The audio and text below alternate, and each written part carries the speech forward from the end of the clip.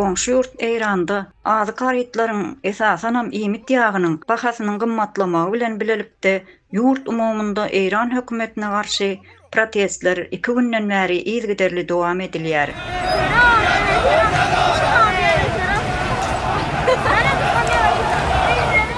Halkyň öz hojalygyny üpjün etmegi gün geldikçe kynlaşýan Eýranda kynçylyklara sebäpkär hökmünde häzirki hökümet dolandyrşy jogapkär tutulýar.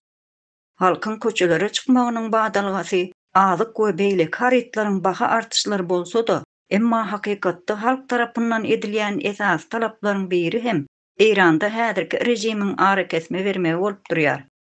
Bu kynçylyklarda Eýranda eýýän bir näçe ýyldan bäri berilen sanksiýalaryň netijesinde dowam edip gelýärdi.